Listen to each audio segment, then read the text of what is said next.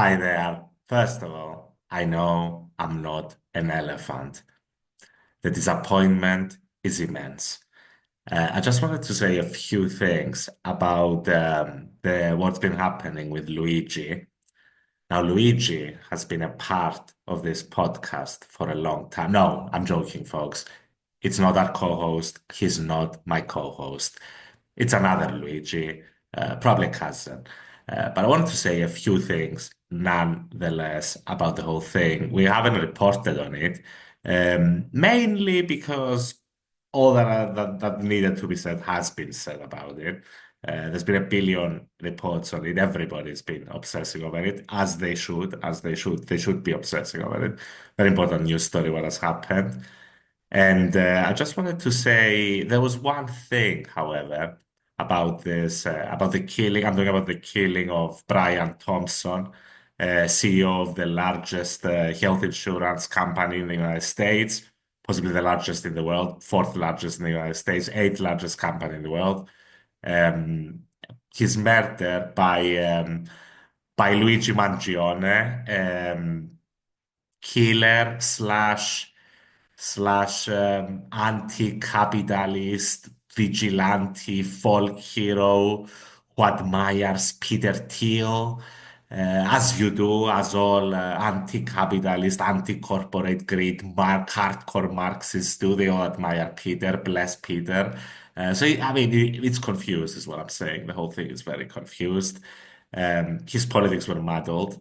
Uh, However, he did what he did. And I just wanted to hammer on one point that I don't think has been made a big deal of, or as big of a deal of as I would have made it. And that particularly 8 years ago, a guy, a certain socialist warrior from Vermont, kept going on every debate stage he could get on, literally every single one he could get on, and kept screaming about Medicare for all. Brothers and sisters, enough is enough. The billionaires, enough. They want it all. They want it all. Ring a bell. And healthcare companies, the health insurance companies, big pharma, they were getting away with murder. And everybody dismissed him. Everybody ridiculed. And I don't mean the people. It was one of the biggest people-powered campaign in the history of the United States. I'm talking about the Democratic elites.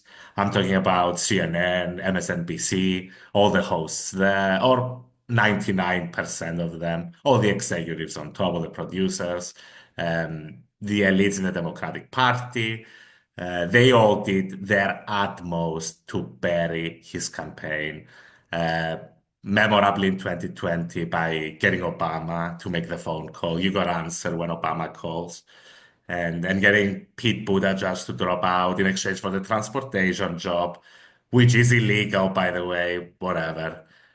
So they did everything to silence him. And then fast forward, 8 years later, lo and behold, a CEO, the CEO of the largest health insurance company in the world, gets whacked in the middle of Manhattan, and everybody celebrates it. Or at the very least, far many people do, to the degree that they're shitting, the CEOs of other large corporations are starting to shit their pants.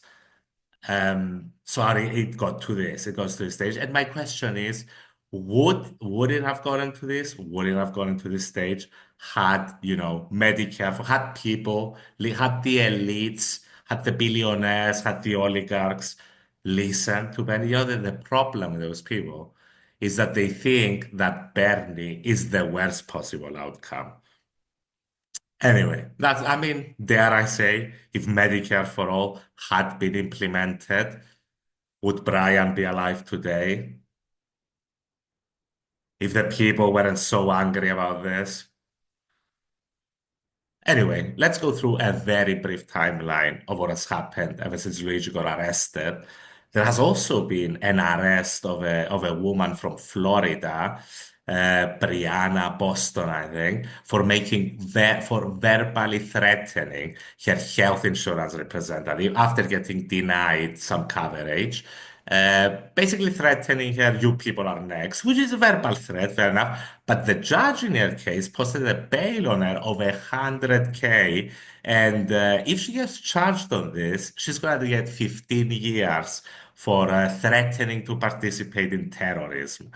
And then we had the CEO, basically Brian's boss, writing in a paper attempting to say that Brian really cared for the people. And this guy is basically the CEO of the group company, United Health Group. So he's basically Brian's boss, and he's trying to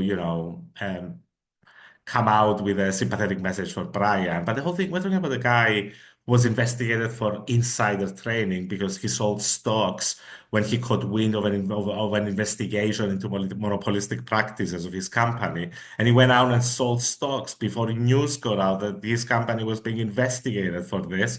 Before the share price dropped, basically. So I mean, this guy who sold 15 millions in stocks to to get ahead of a bad news story, who did insider trade, who's being investigated, allegedly being investigated for it. This is the guy who really cared about improving the experiences of the consumers. Come on. I mean, I would appreciate it a lot more if they at the least had the balls to come out and say, you know what? You know what? We took what we could and we ran to the fucking bank with it. At the least, I would respect that. But of course, the cowards are never going to come out with this. So where does that leave us? We've got Luigi being charged federally as well as in the state of New York. The crucial difference between the two being that the federal charge carries the death penalty. So this is serious.